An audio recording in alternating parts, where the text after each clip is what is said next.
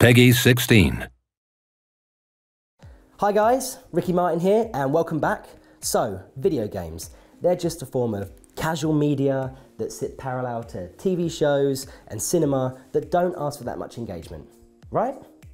Well, maybe that was once true, but now game developers are far more mindful and far more ambitious with what they try to do with their chosen medium. Today we're talking about Games for Change, the movement at the very heart of Bandai Namco, DigitArt Studio and Aardman's game collaboration. This is 1111 Memories Retold, behind the scenes. Hey! So my name is Jean-Michel Blotier. I'm the proud president of Games for Change Europe. In 2000, we saw a group of intellectual, of researchers, of academics who were started to get really interested in video games and asking themselves, what is this new medium about? Is it just pure entertainment or can it be meaningful? Games for Change was created by this group of people. I was very interested in this movement, trying to support, trying to help.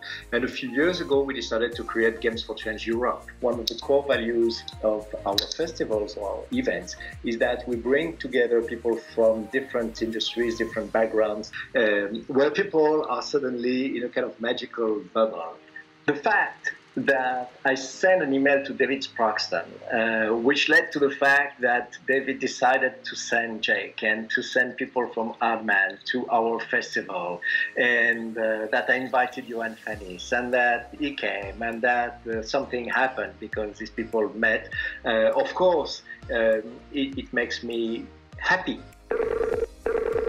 Yeah, Jean-Michel is the man. He kind of single-handedly brings all of these people together. And he emailed Dave Sproxton and said, you know, you need to come to Games for Change, right? I had already expressed quite a big interest in, you know, being part of that scene and, you know, moving Aardman into that scene. So I was like, yeah, cool, I'll go. There were people from, you know, many different sectors. So, you know, you've got education, health, behavior change, and of course the games industry.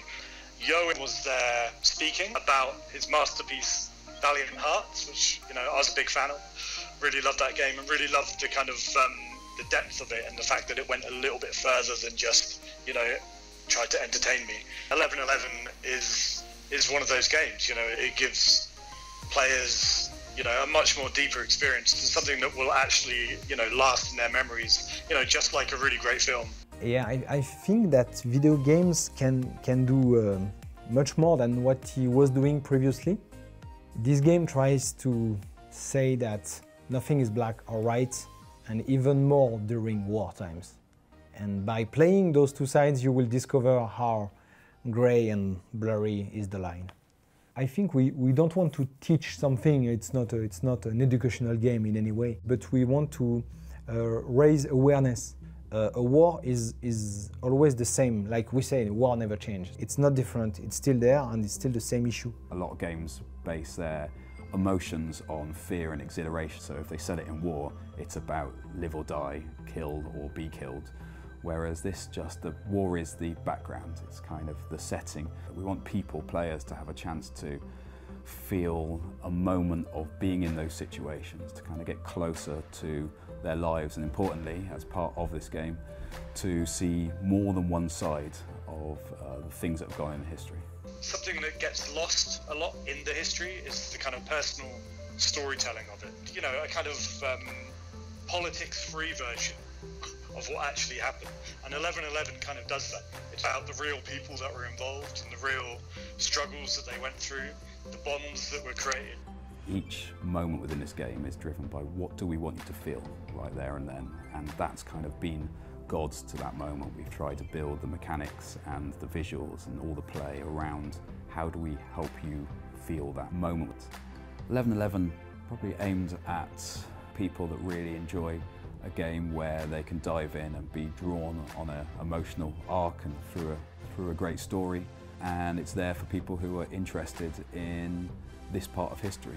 And all of us, I believe, we are under the influence of what I would call fixed mental attitudes, shaped by all this information that we get.